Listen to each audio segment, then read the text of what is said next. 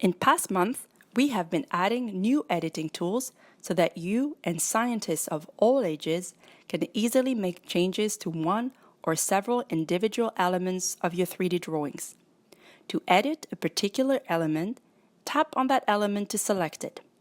You will know it is selected as it will become lighter compared to the rest of your design. Once the element is selected, you will see an editing menu appearing on the right-hand side of the screen. That menu includes editing tools such as deleting, moving, or copying your selection. Simply press on the corresponding button to obtain the desired edit.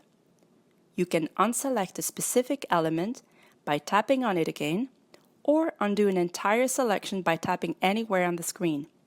The unselected elements will become darker again, and the editing menu will disappear.